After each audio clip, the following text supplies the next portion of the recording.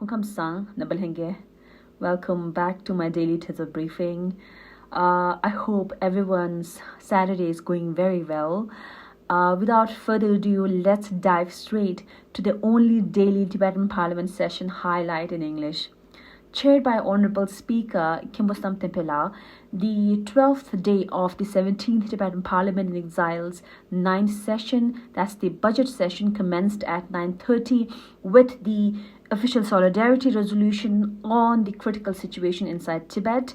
That's Phönangizata Netang La Shungde Tungsem Nyamke Ki Tojar, which began with a motion of highlighting the ongoing condition of Tibetans in occupied Tibet and emphasis on the draconian policy of the Chinese Communist Party, along with CTA's future course of actions accordingly.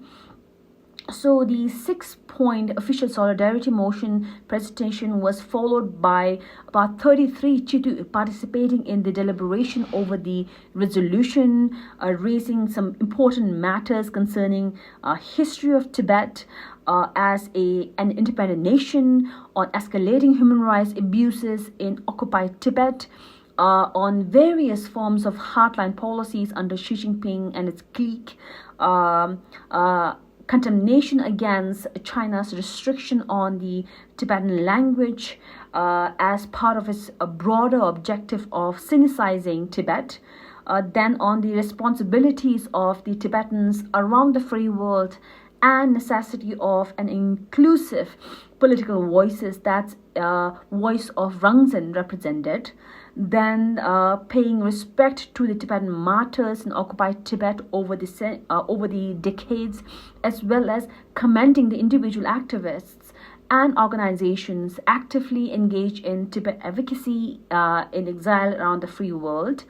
Then several members mentioned the lesson of oneness, collaboration and solidarity from the Tibetans from Kham, Amdo as well as other regions within Usang, coming out in support and providing various forms of aids to the victims of the deadly earthquake that took place in Thingli Shikase area, apart from stating that this earthquake exposed the fabrication behind CCP's propaganda of so-called rapid infrastructural development in the occupied Tibet.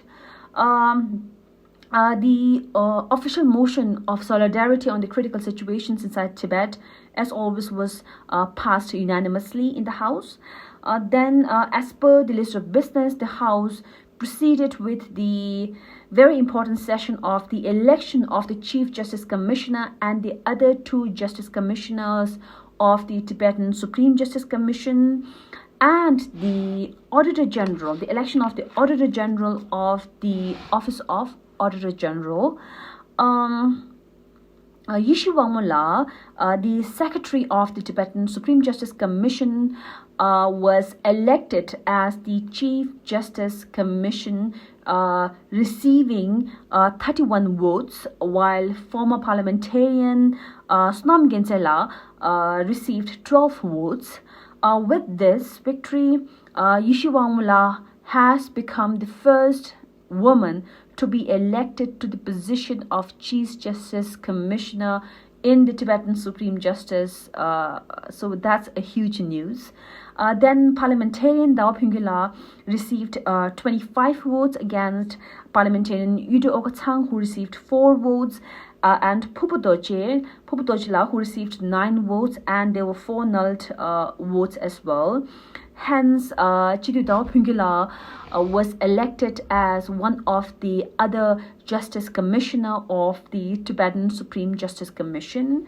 Lastly, the former Kalun Gompapatsinla was elected as a Justice Commissioner, the other Justice Commissioner, with 31 votes against former parliamentarian Geri Kesansawala, who received 12 votes.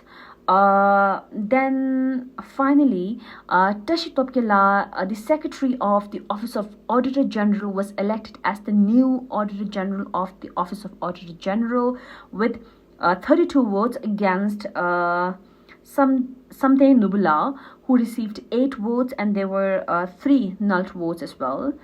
So continuing with the special recurring budget, Mise Katu, and the supplementary budget, Sugyo Katu of the Office of Tibet, Washington, D.C. For the fiscal year of 2025 to 2026. The budget was approved following due deliberation, very detailed deliberation.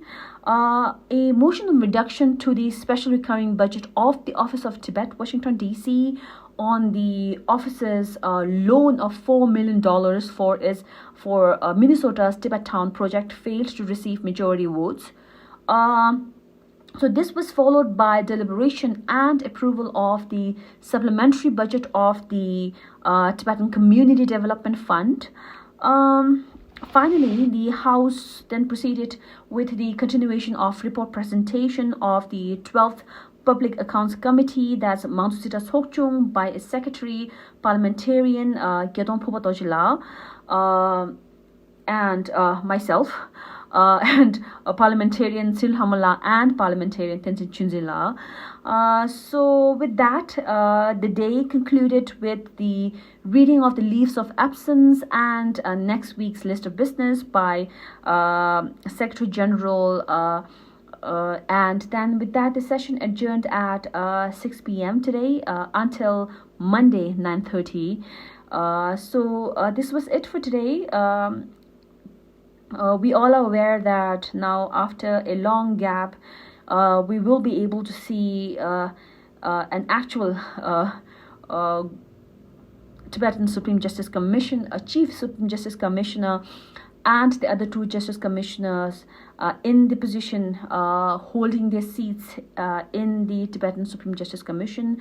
So we hope that with that, there will be some tranquility and perhaps less chaos in terms of the focus of the people diverted now finally towards the Tibetan freedom movement, if that's possible for a few sections of our community.